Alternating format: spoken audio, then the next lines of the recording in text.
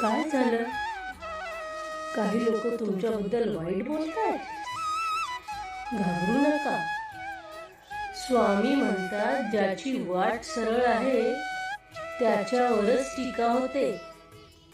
तुमचं मन स्वच्छ ठेवा, कर्म प्रामाणिक ठेवा, कारण देव तुमचं मौन ऐकतोय आणि वेळ आली की तोच उत्तर देतो. स्वामी समर्थ तुमच्या पाठीशी आहेत. निश्चिंत राहा आणि फक्त म्हणा, श्री स्वामी समर्थ.